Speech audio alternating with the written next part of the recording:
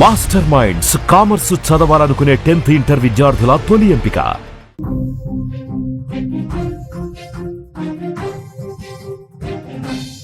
Big breaking news చూస్తున్నాం. Kaleshwaram commission ముందు కేసీఆర్ విచారణ ముగిసింది. 50 నిమిషాల పాటు కేసీఆర్ ను ప్రశ్నించినట్లుగా అధికారులు తెలుస్తోంది. మొత్తం 25 ప్రశ్నలు కమిషన్ కేసీఆర్ ను అడిగిందని తెలుస్తోంది. కమిషన్ చైర్మన్ పీసీ ఘోష్ నేరుగా కేసీఆర్ ను ప్రశ్నించినట్టుగా సమాచారం. కమిషన్ ముందు విచారణకు ముందే కేసీఆర్ కాళేశ్వరం ప్రాజెక్టుకు కావలసిన డాక్యుమెంట్స్, జీవోలు, ఆధారాలు కూడా పట్టుకొచ్చినట్టుగా తెలుస్తోంది. కమిషన్ కు ఈ డాక్యుమెంట్లన్నీ సమర్పించినట్లుగా చెప్తున్నారు. ఇక ఇదే అంశానికి సంబంధించిన పూర్తి వివరాలు న్యూస్ ఎడిటర్ తిరుమల అందిస్తారు.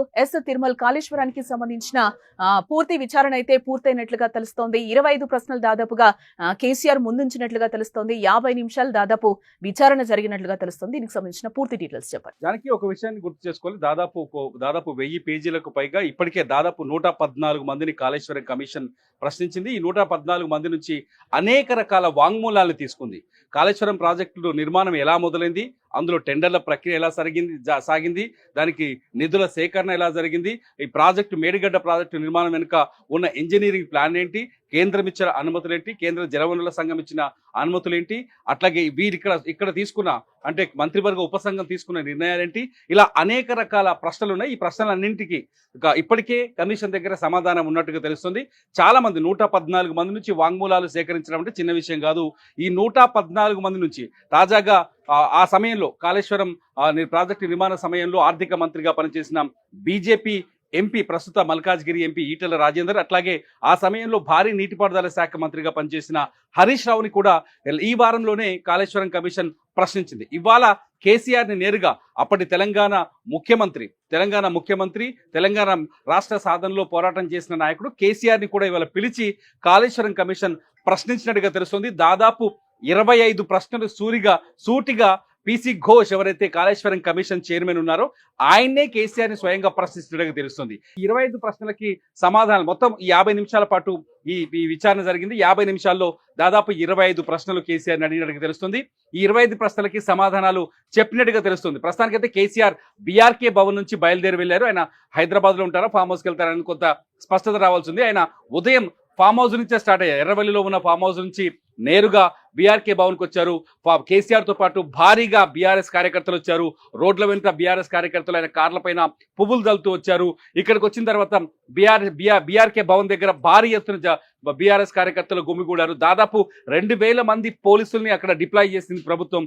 ఎటువంటి చర్య ఏదైనా జరగవచ్చనే ఒక భద్రతా కారణారీత్యా. ఇదంతా పక్కన పెడితే ముఖ్యంగా కాళేశ్వరం ప్రాజెక్ట్ ఏదైతే ప్రాణహిత చేవెళ్ల ప్రాజెక్ట్ని కాళేశ్వరం రీఇంజనీరింగ్ చేసి కాళేశ్వరంగా మార్చడం వెనుక ఉన్న ఉద్దేశాలేంటి, దీనికి ఇంజనీర్ల అనుమతి ఉందా, లేకపోతే కేంద్ర జలవనరుల సంఘం అనుమతులు ఉన్నాయా, మేడిగడ్డ ప్రాజెక్టు నిర్మాణం ఎప్పుడు మొదలైంది, మంత్రివర్గ ఉపసంఘం ఏర్పడ్డ తర్వాత మొదలైందా, మంత్రివర్గ ఉపసంఘానికి ముందే మొదలైందా, డిపిఆర్ లో సూచించిన విధంగా ఇంజనీరింగ్ లేకపోతే కేంద్రం సూచించిన డిపిఆర్ల అనుగుణంగా ఈ నిర్మాణాలు కాళేశ్వరం పైన ఈ నిర్మాణాలు జరిగాయా, లేదంటే కేసీఆర్ సొంత నిర్ణయాలు జరిగాయి అనేది ముఖ్యంగా ఇక్కడ పీసీ ఘోష్ కేసీఆర్ నేరుగా ప్రశ్నించినట్టుగా తెలుస్తుంది.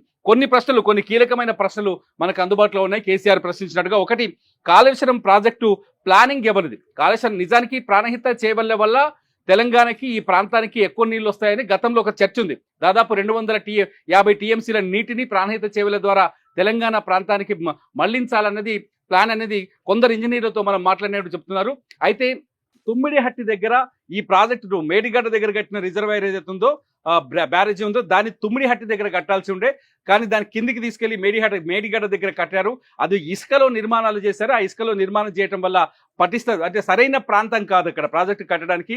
అదే అతిపెద్ద పొరపాటు అనేది కొందరు ఇంజనీర్లు చెప్తున్నారు. మరికొందరు చెప్తున్నారు తుమ్మిడిహట్టి దగ్గర కొంత నీటిని స్టోర్ చేసి, తర్వాత మేడిగడ్డ దగ్గర కొంత వాటర్ స్టోర్ చేసి వాటిని పంపింగ్ చేయాల్సి ఉండే అని మరికొందరు ఇంజనీర్లు చెప్తారు. సో వీటన్నింటినీ పక్కన పెడితే ఫైనల్ గా జరిగింది ఏంటంటే, మేడిగడ్డ దగ్గరనే ప్రాజెక్ట్ వచ్చింది. మేడిగడ్డ దగ్గర వచ్చిన ప్రాజెక్టు సరిగ్గా 2 ఏళ్ల లోపే, అంటే ప్రాజెక్టు పూర్తి కాకముందుకే నిర్మాణం పనులు దశలో ఉండగానే మేడిగడ్డ దగ్గర ప్రాజెక్టు కూలిపోవడం, ఇదంతా జరిగింది. దీని వెనకాల ఖచ్చితంగా అవినీతి ఉందనేది మొదటి ప్రశ్న. అందుకే కాళేశ్వరం ప్రాజెక్టు ప్లానింగ్ ఎవరిది అనేది పీసీ ఘోష్ అడిగినట్టుగా తెలుస్తుంది. రెండో ప్రశ్నకు వచ్చేసి ప్రాజెక్టు డిజైనింగ్ ఎవరి ఆధ్వర్యంలో జరిగింది, అంటే ఇంజనీర్లు చేశారా లేకపోతే ఏదైనా వాస్కోప్ అని చెప్పేసి ఒక సంస్థకి డిపిఆర్లు తయారు చేయమని ఆదేశాలు ప్రాజెక్టు బాధ్యతలు అప్పచెప్పినట్టుగా బీఆర్ఎస్ ప్రభుత్వం కానీ మాజీ మంత్రులు కానీ చెప్తున్నారు. హరీష్ కానీ లేకపోతే కేసీఆర్ కానీ అదే చెప్పినట్టుగా తెలుస్తుంది. కాకపోతే వాస్కోప్ సంస్థకు ఎప్పుడు ఇచ్చారు?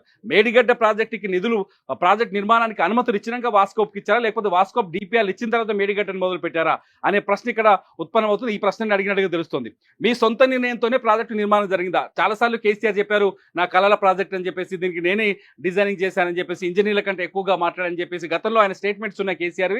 ఆ స్టేట్మెంట్స్ ఆధారంగా ఈ ప్రశ్న అడిగినట్టుగా తెలుస్తుంది. అట్లాగే ఈ కాళేశ్వరం ప్రాజెక్టుకి కేబినెట్ ఆమోదం ఉందా అని పీసీ ఘోష్ అడిగినట్టు తెలుస్తుంది. నిజానికి మంత్రివర్గ ఉపసంఘం ఏర్పాటు చేశారు దీనిపైన. ఆ తర్వాత కేబినెట్ అనుమతులతోటే ఈ ప్రాజెక్టు నిర్మాణం మొదలైందని ఈటల రాజేందర్ చెప్పారు. అప్పటి భారీ నీటిపారుదల శాఖ మంత్రి హరీష్ కూడా చెప్పారు. కాబట్టి మళ్ళీ కేసీఆర్ ఇదే ప్రశ్న అడిగినట్టు తెలుస్తుంది. ప్రాజెక్టుకు కేబినెట్ ఎప్పుడు ఆమోదించింది? ఇంకో ప్రశ్న వచ్చేసి కార్పొరేషన్ ఏర్పాటుకు కారణాలేంటి? కాళేశ్వరం ప్రాజెక్టుకి భారీ ఎత్తున నిధులు ఖర్చు చేశారు. ఈ ప్రాజెక్టుకి ఎక్కడి నుంచి డబ్బులు తెచ్చారు, ఏ విధంగా తెచ్చారు, ఈ ప్రాజెక్టు ద్వారా ఈ ప్రాజెక్ట్ ఖర్చు పెట్టిన డబ్బుని ఎలా తిరిగి పొందాలనుకున్నారు అనే ఈ కమిషన్ ఎందుకు, కాళేశ్వరం కార్పొరేషన్ ఎందుకు ఏర్పాటు చేశారనే ప్రశ్న కేసీఆర్ అడిగినట్టుగా తెలుస్తుంది. ఎందుకంటే కాళేశ్వరం ప్రాజెక్టు ద్వారా కొంత ఆర్థిక ప్రయోజనాలు కూడా మనం పొందొచ్చు అని చెప్పేసి డిజైన్లలో చెప్పినట్టుగా తెలుస్తుంది. సో కమిషన్ ఈ ప్రశ్నని ప్రధానంగా కేసీఆర్ని అడిగినట్టుగా తెలుస్తుంది. ఇంకోటి వచ్చేసి నిధుల సేకరణ ఎలా చేశారు ఇందులో భాగంగానే. ఇకపోతే నిధుల వినియోగంలో మీ ప్రమేయం ఉందా? నిధుల వినియోగంలో అంటే చాలా అవినీతి ఆరోపణలు, కాళేశ్వరం ప్రాజెక్టులో భారీ అవినీతి జరిగింది. కాళేశ్వరం ప్రాజెక్టులో కేసీఆర్ కుటుంబం కావచ్చు, హరీష్ కావచ్చు, లేకపోతే వీళ్ళందరూ బాగా డబ్బులు సంపాదించుకున్నారని ఇటు కాంగ్రెస్ పార్టీ మొదటి నుంచి ఆరోపణలు చేస్తూ వస్తుంది. కాంగ్రెస్ సవాల్ చేస్తూ వస్తుంది. గతంలో బీజేపీ కూడా ఇటువంటి సవాలనే చేసింది. ఈ నేపథ్యంలో ఈ ప్రశ్న అడిగినట్టుగా తెలుస్తుంది. ప్రాజెక్టు టెండర్ ప్రక్రియలో మీ ప్రమేయం ఉందా? టెండర్ల విషయంలో కొంత గోల్మాల్ జరిగిందని, అనుకున్న వాళ్ళకే టెండర్లు ఇచ్చారని, టెండర్లు ఇవ్వడం వెనుక పెద్ద అవినీతి ఉందనే చర్చ ఒకటి ఉంది. ఈ నేపథ్యంలో టెండర్ల విషయంలో మీ పాత్ర ఎంత అనే క్వశ్చన్ వేసినట్టుగా తెలుస్తుంది. ఇకపోతే డిపిఆర్లో లోపాలను ఎవరికైనా సూచించారా?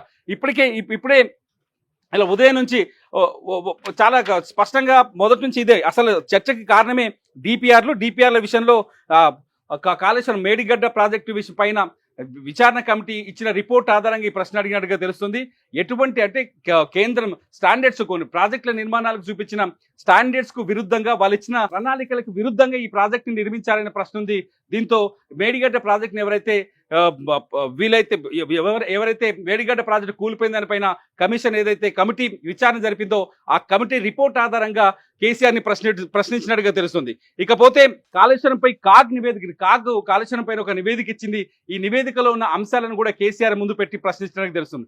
అయితే కాళేశ్వరం కమిషన్ ముందుకు వచ్చే ముందే ఈ ప్రశ్నలన్నీ ఉంటాయని కేసీఆర్ ముందే ఊహించి ఉంటారని, దీనికి సంబంధించిన పూర్తి సమాచారంతోనే కేసీఆర్ ఇక్కడికి వచ్చారని రాజకీయంగా ఒక చర్చ జరుగుతుంది.